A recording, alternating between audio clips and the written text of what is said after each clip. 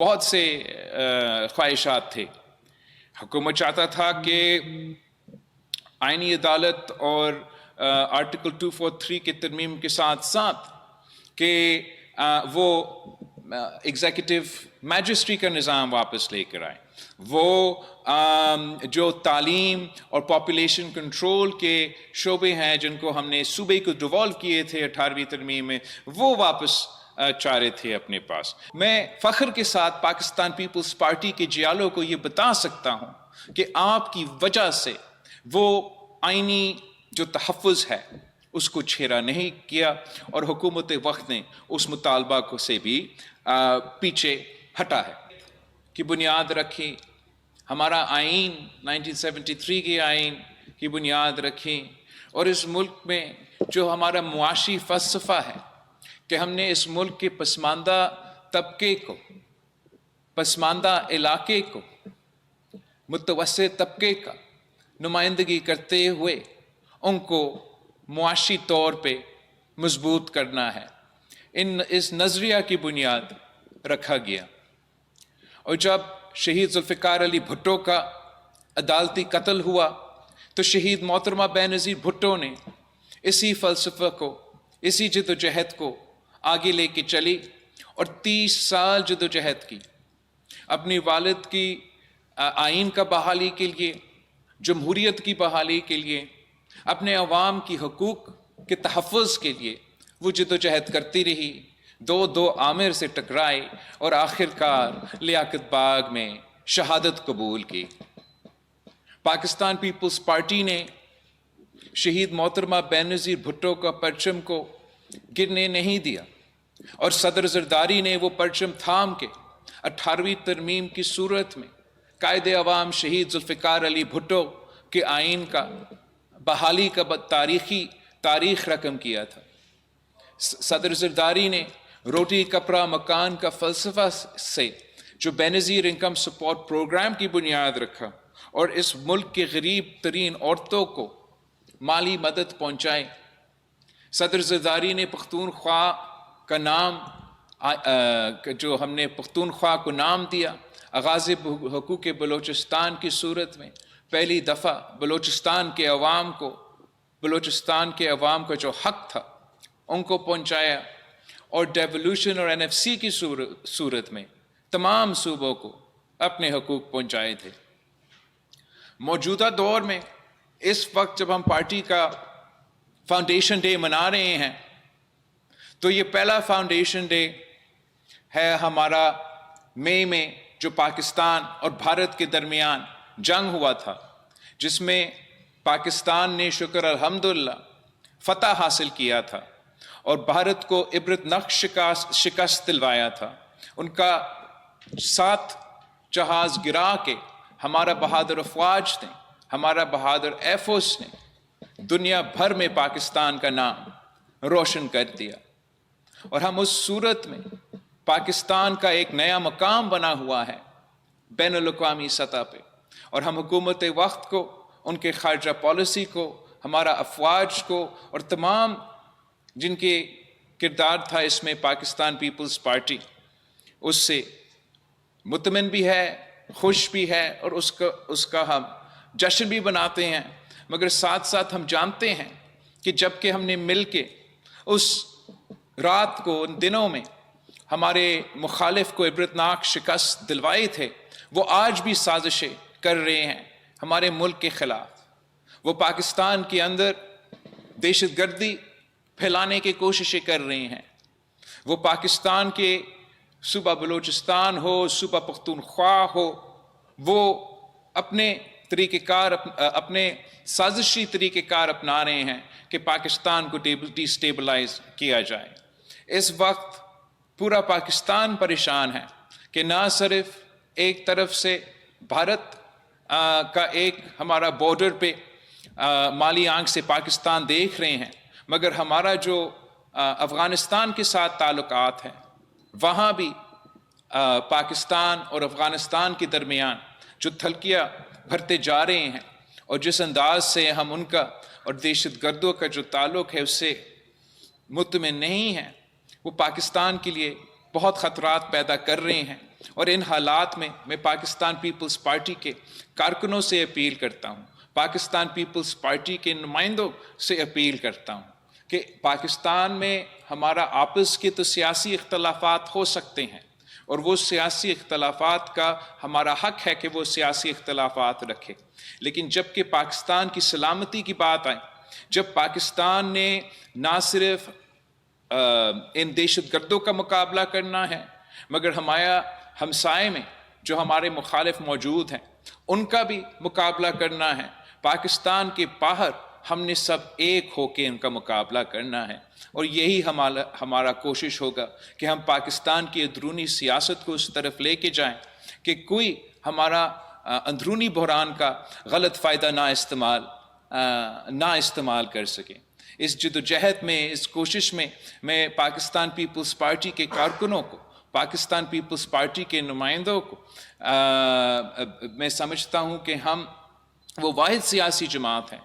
جو مثبت سیاست کرتے آ رہے ہیں، جو ہمیشہ سیاست کو سیاست کے دائرے میں رہ کے آگے بڑھاتے ہیں، اور ہمارا پورا کوشش ہوگا کہ ملک میں جو اس وقت ایک قسم کا سیاسی بحران ہے، اس سیاسی بحران کو ایڈریس کر کے ملک کو موجودہ مشکلات سے ہم نکال سکیں۔ حال ہی میں ہم نے، پاکستان پیپلز پارٹی نے حکومت کے ساتھ مل کے ایک آئینی ترمیم پاس کروایا، اور میں اس موقع پہ پاکستان پیپلز پارٹی کے فاؤنڈیشن ڈے پہ اپنے کارکنوں سے، اپنے نمائندوں سے اس آئینی ترمیم کے بارے میں بھی بات کرنا چاہ رہا تھا۔ ویسے پاکستان پیپلز پارٹی جب خود آئینی ترمیم لے کر آتے ہیں اور پیش کرتے ہیں، ہمارا تاریخ گواہ ہے کہ ہم ایسے انقلابی آئین سازی کر کے آئے ہیں جو پاکستان کی تاریخ میں ایسے کوئی مثال نہ ہو۔ شہید ذوالفقار علی بھٹو کے وقت ہم نے اس ملک کی سرزمین بے آئین کو پہلا متفقہ اسلامی جمہوری وفاقی نظام کی صورت میں 1973 کی آئین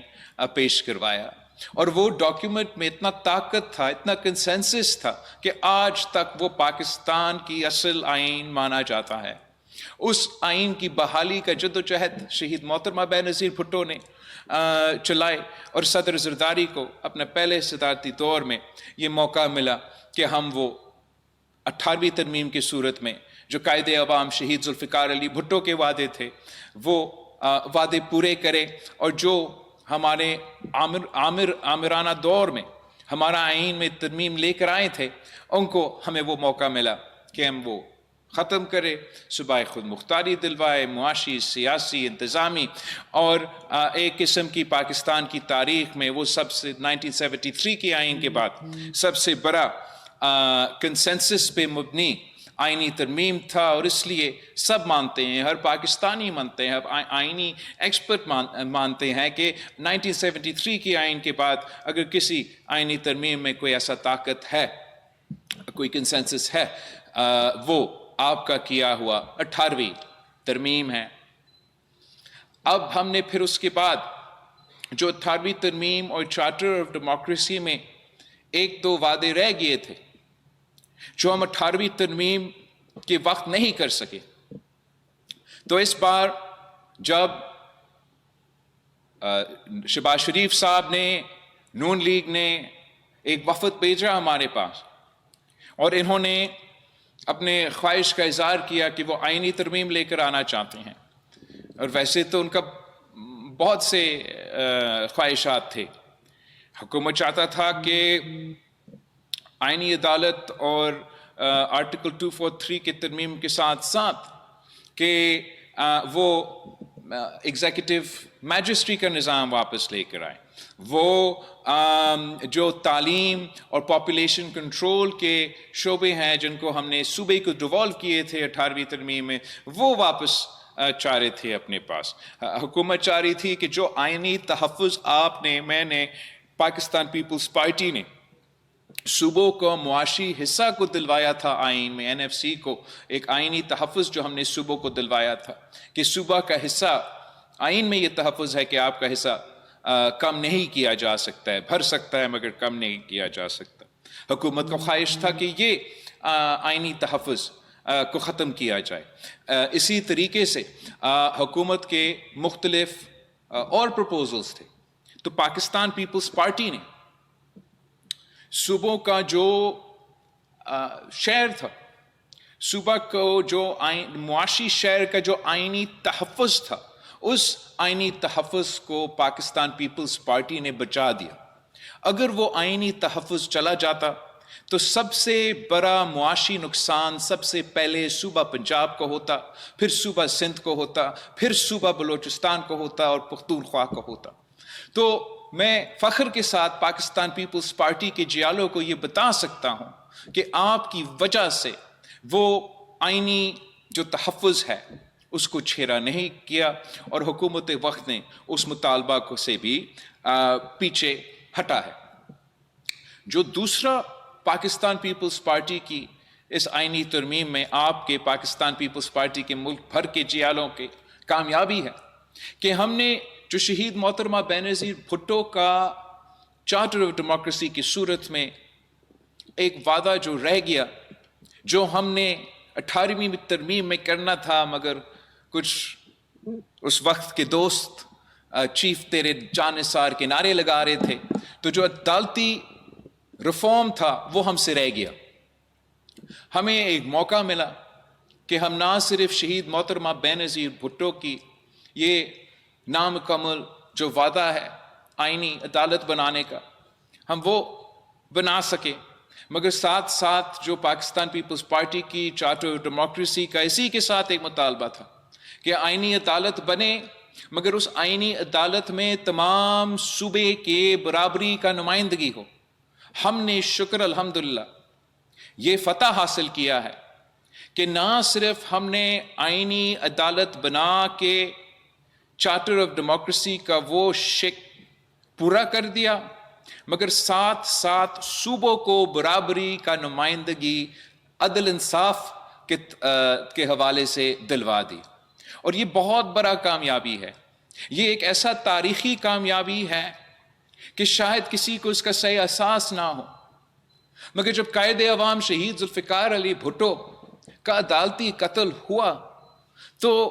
اس وقت یہ جو برابری کی کانسیپٹ تھا وہ ہمارا عدالت میں نہیں تھا، اور جب ہمارا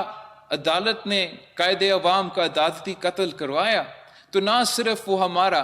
آئینی اور لیگل تاریخ میں ان کے اوپر ایک بہت بڑا داغ تھا، مگر ہمارے وفاق کو ہلا دیا تھا۔ اسی طریقے سے اگر آپ تاریخ میں قائد عوام کے قتل کے کیس سے لے کے آگے جاتے ہوئے بھی تمام جو عدالت کے فیصلے کیے جاتے تھے، چاہے وہ شہید محترمہ بینظیر بھٹو کی پہلی حکومت کا ہٹانے کی بات ہو، پھر میاں صاحب کا حکومت کا بحال کرنے کی بات ہو، پھر شہید محترمہ بینظیر بھٹو کی دوسری حکومت کو ختم کرنے کی بات ہو، پھر وہ مشرف کی دور میں عامروں کو عدالت کی طرف سے آئینی تحفظ دلوانے کی بات ہو، ہمارا عدالت کی تاریخ آپ کے سامنے تھا۔ ہم امید کرتے ہیں کہ اب جب کہ ہم نے ایک آئینی عدالت بنایا، اور وہ آئینی عدالت اس ملک کے جو سب سے بڑے مسئلے ہیں، آئینی مسئلے ہیں، سیاسی مسئلے ہیں، وہ ان کو دیکھیں گے، اور جو پرانا ہمارا سپریم کورٹ آف پاکستان ہے وہ تمام کرمنل میٹرز کو دیکھیں گے۔ اس طریقے سے سب سے پہلے پاکستان کے عوام کو، عام شہری کے جو عام ایشوز ہے جو کرمنل سے ریلیٹڈ ہے، ان کو وہ فوری طور پہ ریلیف ملے گا کہ آخر ان کیسز کو پورا طریقے سے ایک فوکس دیا جائے گا۔ اور دوسری طرف ہمارا آئینی عدالت جو ابھی بنا ہے، اب اس عدالت، اس ادارہ، ان جج صاحبان کے کندھوں پہ ایک بہت بڑا ذمہ داری ہے۔ انہوں نے پورا وفاق کا نمائندگی کرتے ہوئے ہمارا آئینی ایشوز کو بھی دیکھنا ہے، جوڈیشل انڈیپینڈنس کو بھی دیکھنا ہے، اور میں امید کرتا ہوں کہ وہ اس طریقے سے کام کرتے ہیں کہ جو ماضی میں ہمارا عدالتوں نے ایک ان کے اوپر جو ٹرسٹ تھا وہ اٹھ گیا تھا، ہمارا امید ہے کہ اب یہ آئینی عدالت کوشش کریں گے کہ عوام کا جو اعتماد ہے وہ بحال رہیں، وہ ایسی آئینی عدالت بنے جو آئین کا ترجیح کرے، جو قانون کا ترجیح کرے، جو انصاف کرے، نہ کہ وہ ایسے عدالت بنے جو ڈیم بنانے نکلے، جو شہر اور غریب لوگوں کا گھر تباہ کرنے نکلے، جو کبھی کبھار ٹمیٹو اور سموسے کی قیمت وہ طے کرے، وہ اپنے حکومتیں، جمہوری حکومتیں کو گھر بھیجے، وزیر اعظم کو ڈسکوالیفائی خط نہ نکلے پہ کرے۔ یہ جو ماضی ہے، یہ جو ہمارا تاریخ ہے، ہمارا امید ہے کہ ہم نے ماضی میں چھوڑا ہے، اور جو ہمارا مستقبل ہے وہ اب آئینی عدالت کی صورت میں پاکستان کی ایک بہت بڑا جوڈیشل فالٹ لائن کو ہم ایڈریس کرنے جا رہے ہیں۔ کچھ لوگوں کا کوشش یہ ہے کہ وہ اس آئینی عدالت کو متنازع بنائیں، اور ہمارا امید ہے کہ آئینی عدالت اپنا کردار سے ان سب کو غلط بھی ثابت کر دیں گے۔ اور میں ایک صاف پیغام دینا چاہتا ہوں ان سیاسی قوتوں کو جو پارلیمان کا کیا ایک قدم کو متنازع بنانا چاہتے ہیں، کہ کسی بھی جمہوری نظام میں یہ ہمارا کام ہے، یہ پارلیمان کا کام ہے، یہ عوام کے نمائندے کے کام ہے کہ وہ قانون سازی کرے اور وہ آئین سازی کرے۔ بالکل میرا بھی خواہش یہی ہو سکتا ہے کہ ایک متفقہ آئینی ترمیم لے کر آئے، کنسنسس کے ساتھ کام کیا جائے،